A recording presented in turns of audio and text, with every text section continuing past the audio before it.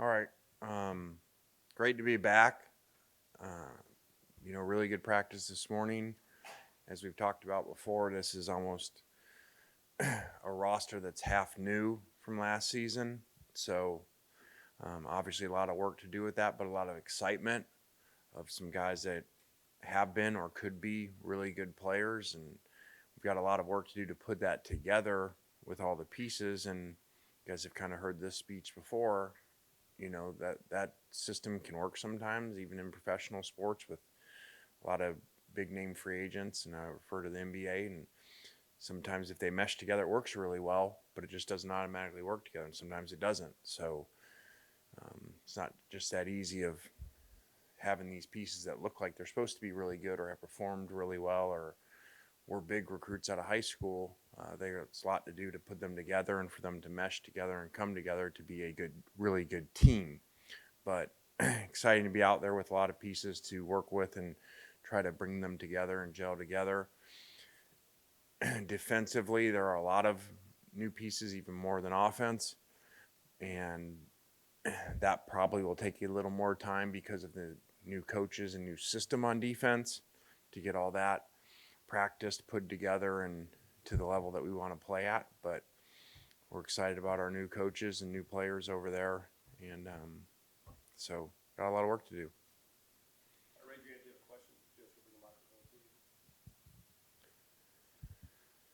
Lane, just your first impressions of the quarterbacks today and where that room kind of stands right now. Yeah, all four guys out there, getting reps, rotating through with all the different units. So that's definitely as deep as we have been here to have that much competition and a lot of different ages. With all the way from a guy who's 23 to a guy that was, supposed to be a sophomore in high school. So it's neat to have all those guys together, to be able to work with and to have that much talent. And also, nowadays that's very rare to have in the quarterback room with all the guys that leave. So, like when came up last night and Charlie's asking, okay, well, how do we rep them? How do you want these guys repped and everything? We got a lot of guys, and that's obviously a great problem to have. So it's going to be exciting to watch them compete and develop. Lane, I didn't see Zachary Franklin out there this morning. What can you tell us about that? When will he be available? Yeah, as you guys, day one, so we'll go back over that. You're not going to get a lot from me on injuries and a lot of information on that. It's just how it is. So he's not out there yet. We would anticipate him to be out there and playing for us, but he's not today. Sorry, that's all I got. Kind of back on the quarterbacks, obviously you guys had a battle last year with Luke and Jackson. Are you comfortable with it going into the season this year as it did last year? I would prefer for it not to. I've always said that. I always think it's better to have your guy, but you don't want to risk choosing the wrong one. And so there are times, at least two I can remember, where we've gone into a season not knowing for sure. So we've used some games, our first game, to help gather the information to make the decision, because it is obviously don't have preseason games. So it is hard to judge, and people make the wrong decisions all the time, even with preseason games at the next level. So I just try to be really careful of saying, okay, well, that's the guy, and then you haven't seen him even play in the game, with you, and with the current team. So ideally, no, we would not go into that. But if it doesn't show itself, then I feel like you have to. Coach, based on what you're saying about the difficulties of developing a mesh and a chemistry, is it too early to ask you where your leadership may be coming from, player-wise? Yeah, that is challenging nowadays in the system that the NCAA has set up of college football, and also, taking that on our own. We take a lot of guys, so that is a big challenge, and I think that, this may not be exactly right, but I think we did an exercise the other day just going through, and outside of offensive linemen, I think we only had like 3 players that have been here, that initially signed here, that are still here, that are not just seniors, that are juniors or seniors. So you guys can do the stats. Maybe I'm wrong, but I think that's what we came up with, which is just obviously mind-blowing, that all but offensive linemen, the rest of your teams that are juniors and seniors, your upperclassmen, but 3 are from other places. So that's challenging. We do have a few guys that have been here a while, especially in the offensive line and Cedric. So, but that's an ongoing challenge for us to bring people along. And that was a big message in the team meeting last night about, guys, you've got to do work to come together too. This isn't an individual sport, and you got to do a lot of work off the field with each other to build trust and prepare really well. Coach, 2 of your freshmen were pretty impressive today, Aiden Williams and Kedrick Riscano. Just talk about what you're seeing from those explosive freshmen so far and kind of what you're anticipating from them this year. Yeah, Aiden looked really good, and obviously was a great high school player, but you never know till you really get him, and again, it's one day without pads, but he looked really special and unique out there, and a little bit we've been able to do with him in the off season. Saw the same type of stuff, and the running back has some elite traits, was a great high school player, and did some good things out there also. Lane, what in your view, what would make 2023 a success for Ole Miss football? I don't spend a lot of time on that. That's so far down the road, and people want to say, okay, well, win this many games or whatever, finish this place in the conference. That's like, there's too many variables. You want to coach really well and play really well. And sometimes that means this many wins, and sometimes the ball hits the upright and doesn't go in, or a ref misses a call. So I know at the end of the day, it's about wins and losses, okay? But from a coaching standpoint, it's about coaching really well and getting our guys to play really well and be hard to beat. I think last year at the end, we weren't hard to beat because we turned the ball over. We didn't get turnovers. We were horrible in the red zone. We gave people too many easy plays. And to me, when you're a really good team, you're coached really well, you're playing really well, you're hard to beat. You may lose some games, but you got to play really well to beat us. And I do not feel like that was the case at the end of the season. Lane, now that you've had a spring and a summer with Pete Golding, what's he bring to the table for your staff? Pete's really smart, great recruiter, high energy, really like being around him, and what he brings, he's still young, but what he brings to the guys about coaching really great players and coaches the coaches really well too, which is sometimes young guys struggle to do. They're just scheme guys. So I've been really impressed by him, as has everybody that's worked with him. Kind of going off of that, I know you were talking in the beginning about the defense being a work in progress, and we're talking to Cedric and Prince at Media Days, he talked about the challenges of adjusting to multiple schemes and all that. I know this is the first day of fall camp, but with things carrying over from the spring with some of the players that were there, how satisfied are you with the progress made as far as schematics and trying to adjust to it? Well, again, it's one day with helmets, so we haven't got through the film yet. To be able to see both fields of everybody, so I really can't completely answer that. I do, like I said, I look at it, there are a lot of good-looking pieces out there, and more from that there was in the spring. So now we got a lot of work to do with them, but that's really good because when the pieces don't look really good, a lot of times it doesn't matter how many practices you have, how well you coach. You can't tackle them, you can't cover them. So we do have some good-looking pieces. Now we got to put it together. Lane, how difficult is it now to be a head football coach in the college game with the transfer portal and everything? What's your assessment of where the portal is, and where do you think it's going to go? Okay, that was a couple questions.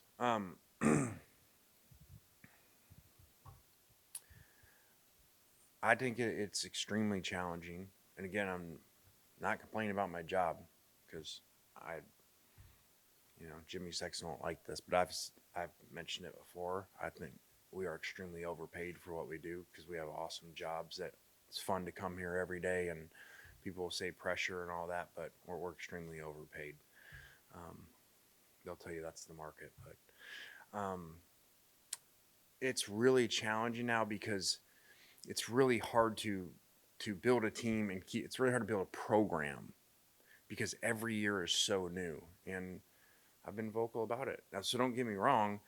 Again, just because I say it's not a very good system that's in place with the portal and NIL combined and not really good regulations around it, we still maximize it. We still utilize it as much as anybody, and because those are what the rules they have in place.